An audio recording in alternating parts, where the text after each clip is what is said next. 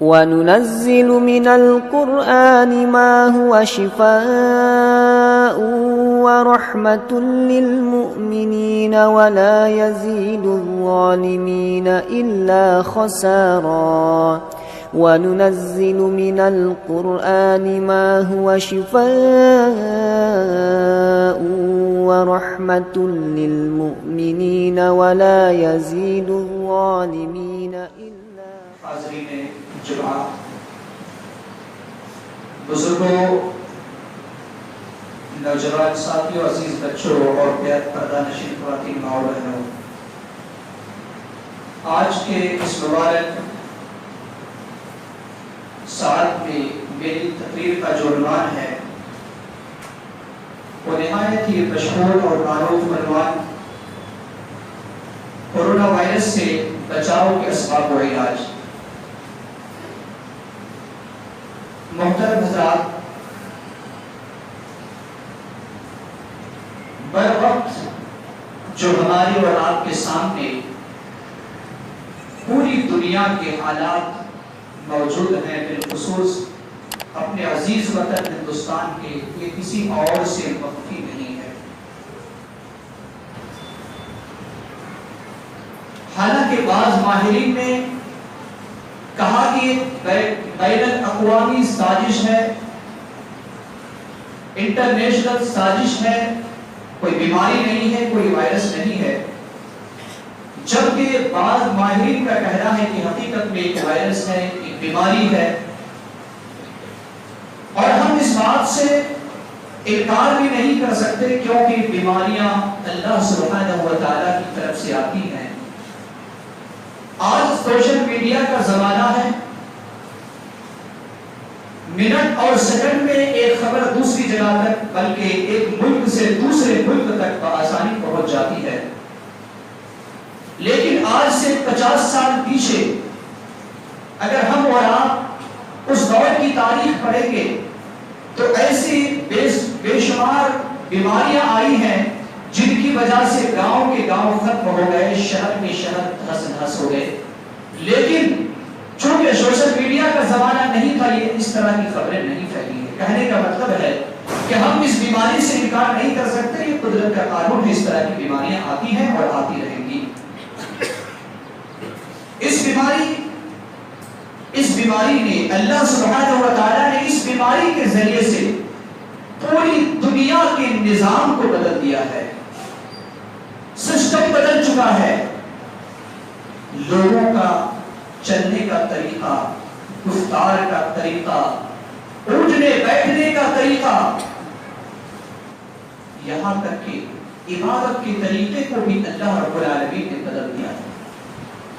اللہ رب العالمین چاہے تو کچھ بھی کر سکتا ہے۔ اسی سے اگر کوئی انسان عبرت اور نصیحت نہیں پکڑتا ہے کہ قیامت برحق ہے، تو پھر اس انسان سے بدنصیب انسان کوئی اور نہیں ہو سکتا ہے۔ حالانکہ ہمارے ملک ہندوستان میں چونکہ یہاں کی میڈیا آپ جانتے ہیں کہ جب تک مذہبی رنگ میں رنگ نہ دیا جائے کسی بھی چیز کو، اس وقت تک اسے سکون نہیں ملتا، TRP اسے نہیں ملتی ہے۔ اسی وجہ سے ہندوستان میں جب یہ بیماری آئی تو اسے بھی مذہبی رنگ رکھنے کی کوشش کی گئی۔ حضرات گرامی، میں اس عنوان کو 2 حصوں میں تقسیم کرتا ہوں۔ آج پہلا حصہ یا پارٹ 1 آپ کے سامنے بیان کروں گا، اور انشاءاللہ اللہ رب العالمین نے چاہا تو آئندہ جمعہ خطبہ میں دوسرا حصہ آپ کے سامنے بیان کروں گا، نہایت اختصار کے ساتھ کہ اللہ سبحانہ و تعالیٰ نے اور پیارے حبیب جناب محمد رسول اللہ صلی اللہ علیہ وسلم نے ہمیں اور آپ کو کتاب و سنت کے حوالے سے کیا رہنمائی کی ہے۔ تو آج کا جو حصہ ہوگا وہ یہ ہوگا کہ وبا آنے سے پہلے کرنے کے کام۔ کوئی بھی بیماری جب ہمارے اور آپ کے درمیان آتی ہے، اس سے پہلے ہمیں کچھ کام کرنے ہیں۔ اب آپ یہ سوال کریں گے یہ بیماری ہمارے سامنے آ چکی ہے، ابھی علاج کا طریقہ بتایا جائے نہ کہ آنے سے پہلے، تو میں آپ کو یہ بتاؤں کہ یہ کورونا وائرس ہی آخری بیماری نہیں ہے۔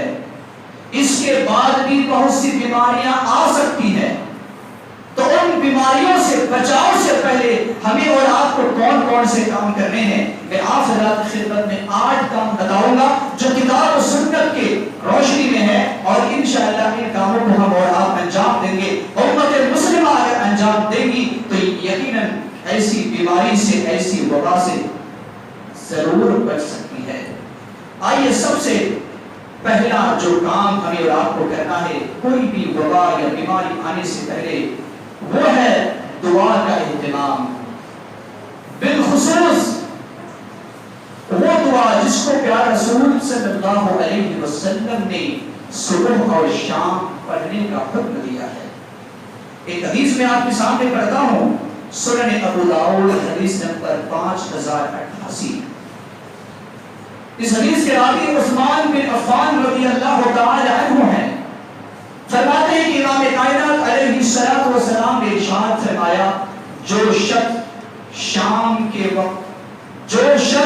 شام کے وقت 3 مرتبہ اس دعا کو پڑھے گا، بسم اللہ الذی لا یضر مع اسمہ شیء فی الارض ولا فی السماء وهو السمیع العلیم، جو شخص شام کے وقت 3 مرتبہ پڑھ لے گا، اچانک کوئی بھی بیماری آنے سے صبح تک وہ انسان محفوظ رہے گا۔ شام میں پڑھنے والا صبح تک محفوظ رہے گا۔ پھر امام کائنات علیہ السلام نے فرمایا کہ پھر اگر وہ بندہ صبح کے وقت 3 مرتبہ پڑھ لیتا ہے تو پھر وہ شام تک اچانک آنے والی بیماری سے محفوظ رہے گا۔ گویا کہ اگر شام میں 3 مرتبہ بسم اللہ الذی لا یضر مع اسمہ شیء فی الارض ولا فی السماء وهو السمیع العلیم کوئی بندہ پڑھتا ہے اور صبح کے وقت پڑھتا ہے، اللہ کے رسول صلی اللہ علیہ وسلم جو صادق بھی ہیں، مصدوق بھی ہیں، جن کی زبان سے کبھی جھوٹ کے کلمات نہیں نکلے، آپ گارنٹی دیتے ہیں، آپ صلی اللہ علیہ وسلم فرماتے ہیں کہ وہ بندہ 24 گھنٹے اللہ کی حفاظت میں، اللہ کے حفظ و امان میں ہو جاتا ہے۔ تو سب سے پہلے ہمیں اور آپ کو کوئی بھی بیماری آنے سے پہلے اس دعا کا اہتمام کرنا چاہیے ہر صبح اور شام۔ دوسرا کام ہمیں اور آپ کو جو کرنا ہے بڑے ہی اختصار کے ساتھ میں بتاتا ہوں، انسان ہمیشہ اللہ کا شکر گزار بن کر رہے۔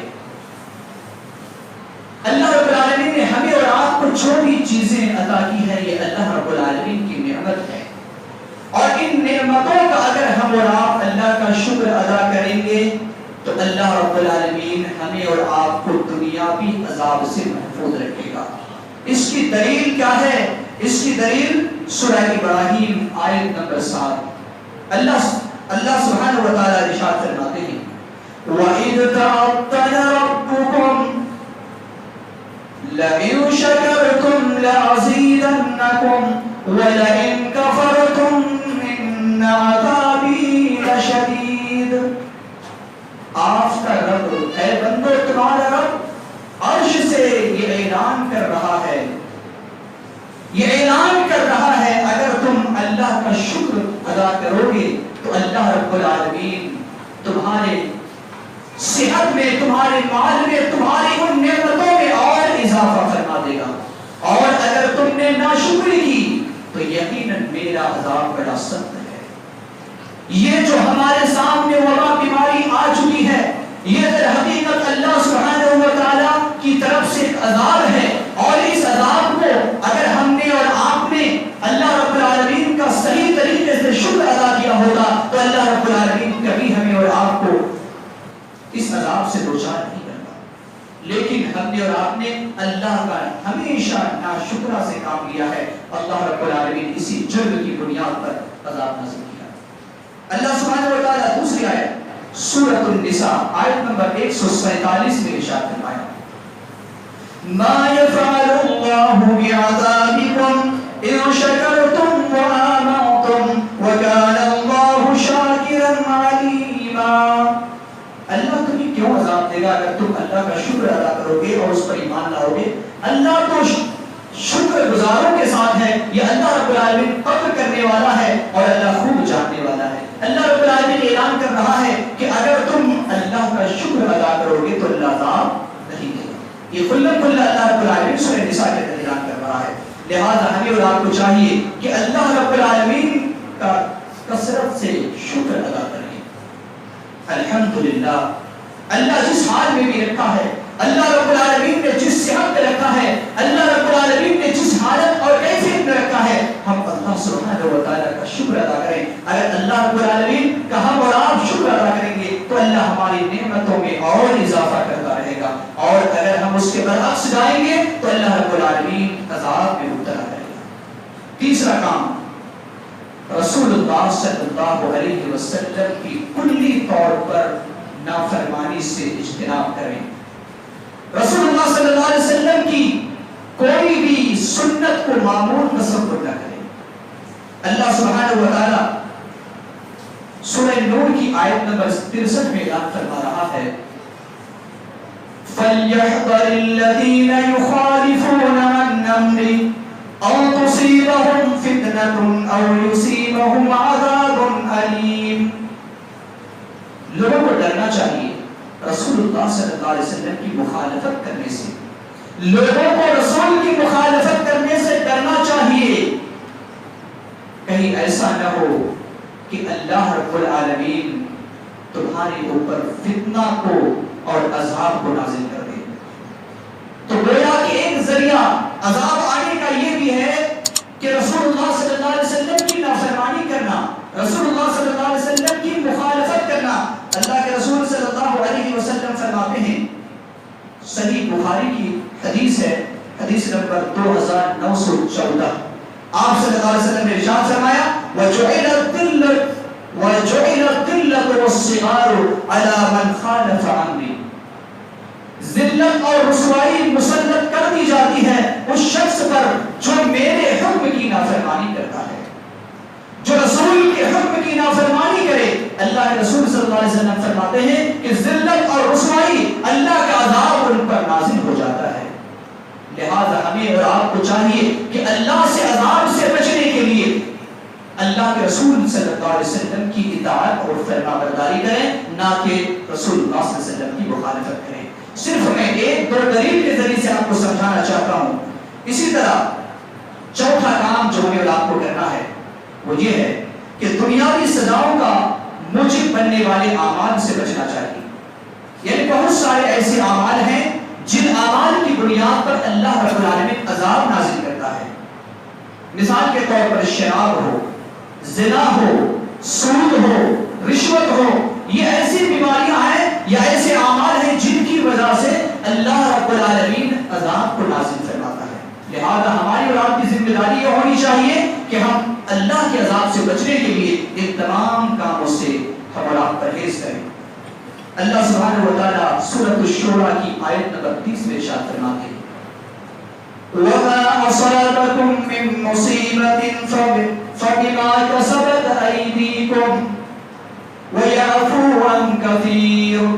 اللہ رب العالمین کا ارشاد ہے کہ جو بھی مصیبت نازل ہوتی ہے یہ تمہارے ہاتھ کی کمائی ہے.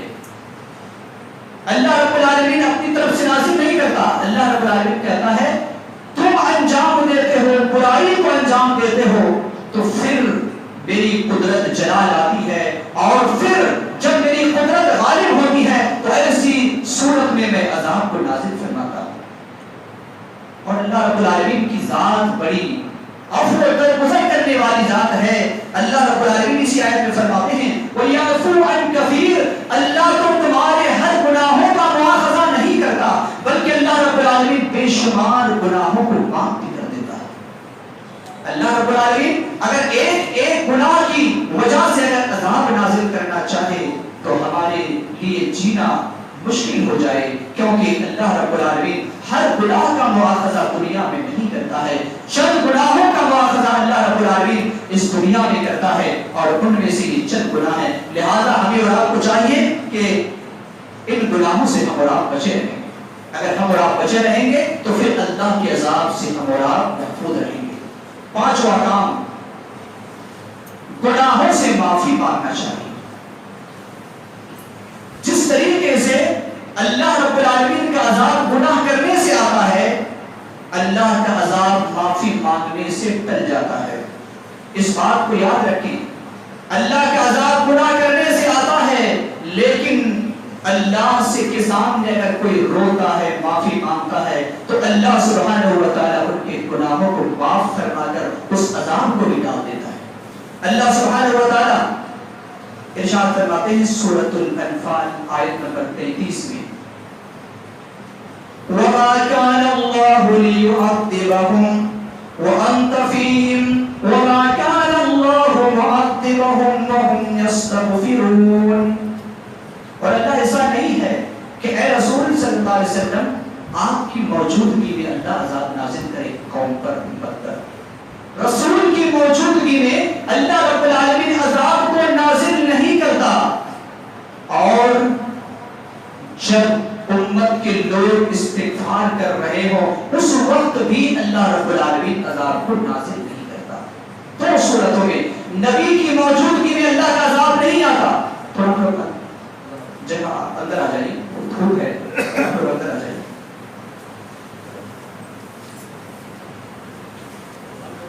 دو صورتوں میں اللہ سبحانہ و تعالیٰ فرماتا ہے کہ دو صورتوں میں عذاب نہیں آتا۔ پہلی صورت کیا ہے؟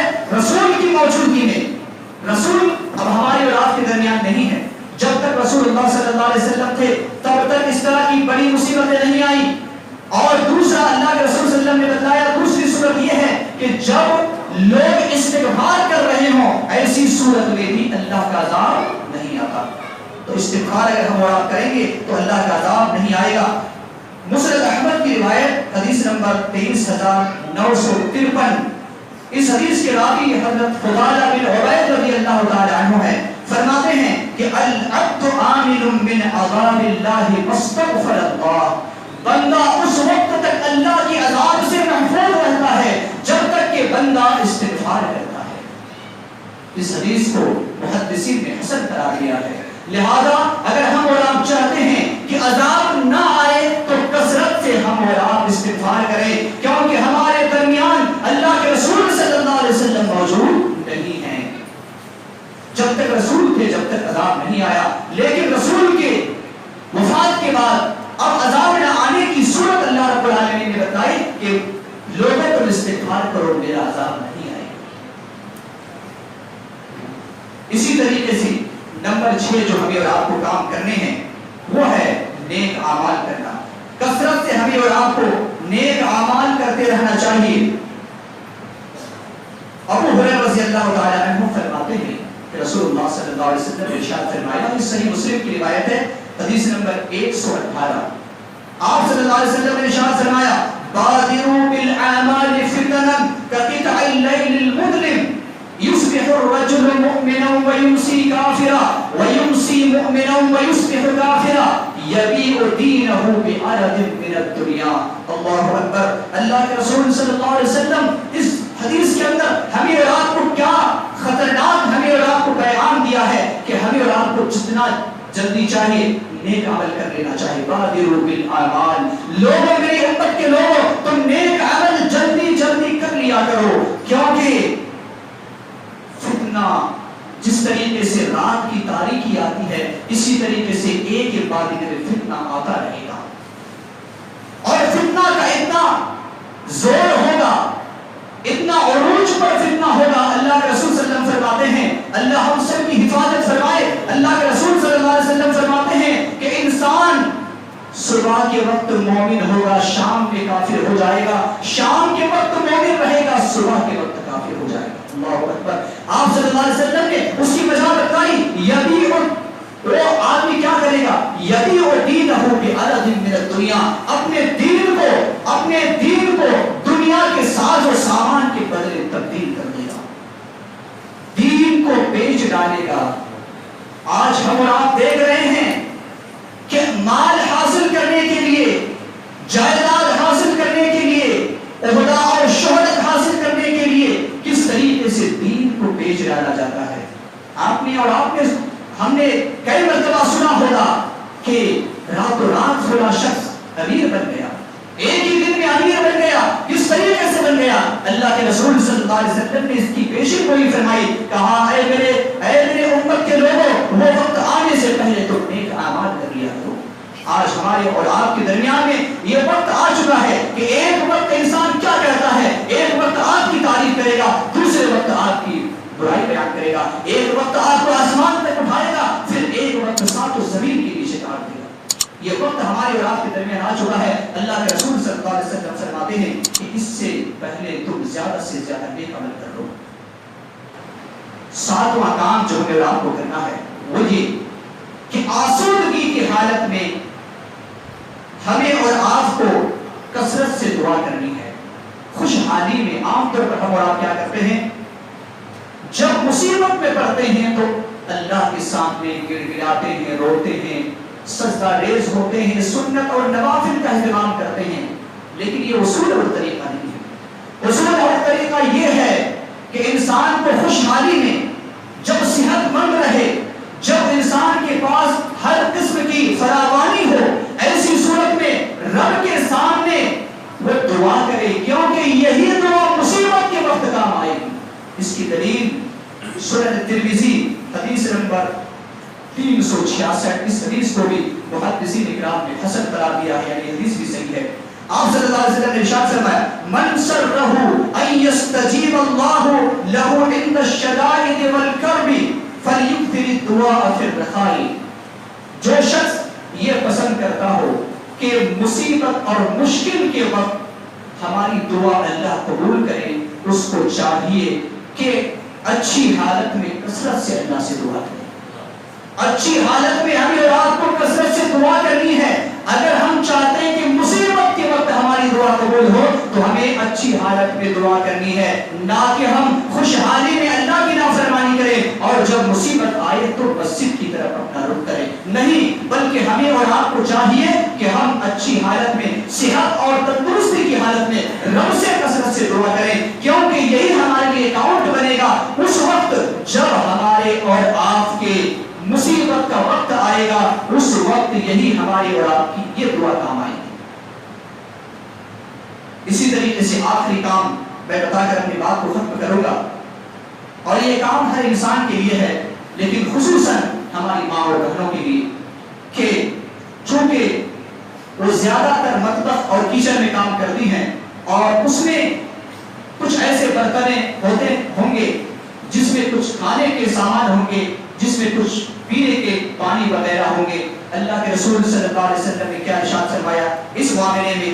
اس حدیث کو امام مسلم رحمۃ اللہ علیہ نے 2014 نمبر کی حدیث نقل کیا ہے۔ اس حدیث کے راوی حضرت جابر بن عبداللہ رضی اللہ تعالی عنہ ہیں، فرماتے ہیں کہ اللہ کے رسول صلی اللہ علیہ وسلم نے ارشاد فرمایا، غط الاناء وأوقوا السقاء، اپنے برتنوں کو ڈھک دو اور اپنے مشکیزے کو، پانی پینے کے جو برتن ہیں اس کے منہ کو بند کر دو۔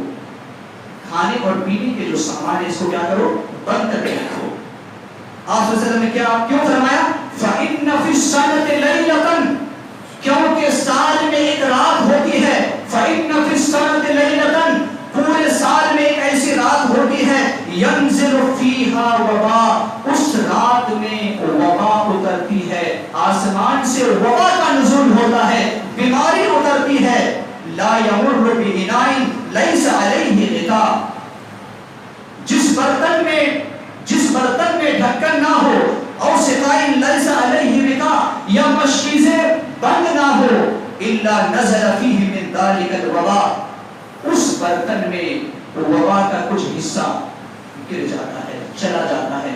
اب ہم اور آپ کھانے اور پینے کے سامان کو بغیر ڈھکے ہوئے رکھیں اور وبا اس میں گر جائے، شامل ہو جائے کھانے یا پینے کے سامان میں، تو پھر اس سے ہم اور آپ استعمال کریں گے، وہ ہمارے اور آپ کے جسم کے اندر جانے کی وجہ سے ہم اور آپ بیماری میں مبتلا ہوں گے۔ لہذا ہمیں اور آپ کو چاہیے کہ کوئی بھی برتن ہو، یوں تو خالی برتن کو بھی ہمیں اور آپ کو چاہیے کہ بند کر کے رکھیں، یا کم از کم جس وقت ہم اور آپ کھانے پینے کے لیے جاتے ہیں رات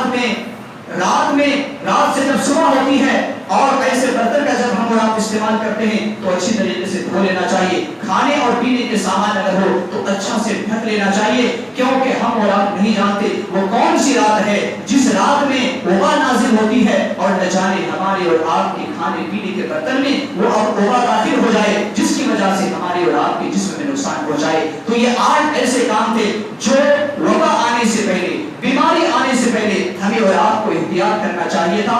اور میں نے نہایت اختصار کے ساتھ ان تمام چیزوں کو بیان کیا ہے. اللہ رب العالمین سے دعا کرتے ہیں کہ اللہ رب العالمین ہم تمام لوگوں کو کتاب و سنت کے مطابق زندگی گزارنے کی توفیق عطا فرمائے. ہم تمام مسلمانوں کو اس مہلک اور خطرناک بیماری سے حفاظت فرمائے.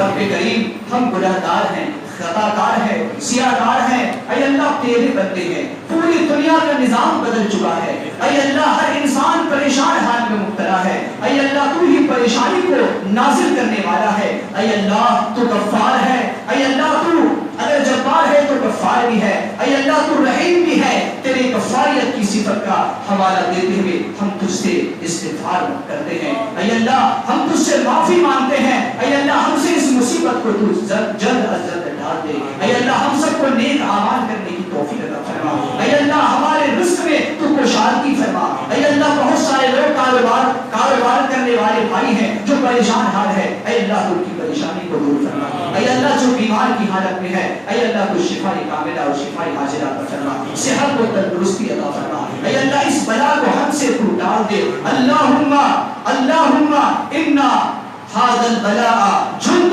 من جنودك تصيب به من تشاء وتصرفه عن من تشاء. اللهم فاصرف عنا وعن بيوتنا وعن بلادنا وعن ذرارينا يا ارحم الراحمين. اے اللہ یہ بیماری تیرے لشکر میں سے ایک لشکر ہے. اے اللہ تو جسے چاہتا ہے اس بیماری سے ہلاک کرتا ہے. اے اللہ تو اس بیماری کو ہم سے ٹال دے. اے اللہ اس بیماری کو ہمارے گھروں سے ٹال دے, ہمارے اہل و عیال سے ٹال دے, ہمارے شہر سے ٹال دے, ہمارے ملک سے ٹال دے. اے اللہ اس روئے زمین سے ٹال دے.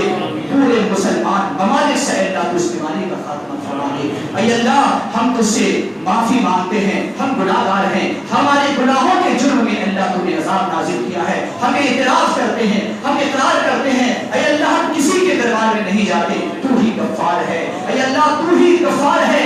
ہم تجھ سے معافی مانگتے ہیں, تو ہمیں معاف فرما دے. الہ العالمین ہمارے نیک اعمال کو قبول فرما دے. اے اللہ ہمارے سیئات کو تو معاف فرما دے. اے اللہ ہمارے بیچ میں بہت سارے احباب تھے جو فی الحال نہیں ہے. اے اللہ تیرے پیارے ہو چکے ہیں, ہم نہیں جانتے کس حالت میں مبتلا ہے. اے اللہ تو ان کے قبر کو نور سے منور فرما دے, ان کے گناہوں کو معاف فرما دے, انہیں جنت الفردوس میں اعلیٰ مقام نصیب فرما دے. کسی کا بھائی, کسی کی بہن, کسی کا شوہر, کسی کی بیوی, کسی کا باپ, کسی کی ماں, کسی کی اولاد, اے اللہ تیرے حوالے ہو چکے ہیں. ان کے قبر کو تو نور سے منور فرما دے, انہیں جنت الفردوس میں اعلیٰ مقام نصیب فرما دے. اے اللہ ہماری اولاد کو نیک اور صالح بنا, ہمیں نیک عمل کرنے کی توفیق عطا فرما. اے اللہ ہم تیرے توحید کے پیغام کو, تیرے نبی کی سنت کو لے کر آگے چل سکے, اس کی تو توفیق عطا فرما. رب کریم ہر قسم کی پریشانی کو دور فرما دے. الہ العالمین جب تک تو زندہ رکھ ہم تمام کو اے اللہ ایمان پر, توحید پر, تیرے نبی کی سنت پر زندہ رکھ. اے اللہ جب تو اپنے پاس بلا ہم میں سے جس کو بھی بزرگ ہو, نوجوان ہو, بچے ہو, مرد ہو, خواتین ہو, اے اللہ ہمارے سینے میں توحید اور سنت رہے, زبان میں کلمہ لا الہ الا اللہ کا ورد رہے. اور اے اللہ تو اپنے پاس بلا. آمین وآخر دعوانا الحمدللہ رب العالمین. بارک اللہ لنا ولکم فی القرآن العظیم ونفعنا وإیاکم بالآیات والذکر الحکیم. انہ تعالی جواد کریم و مجید.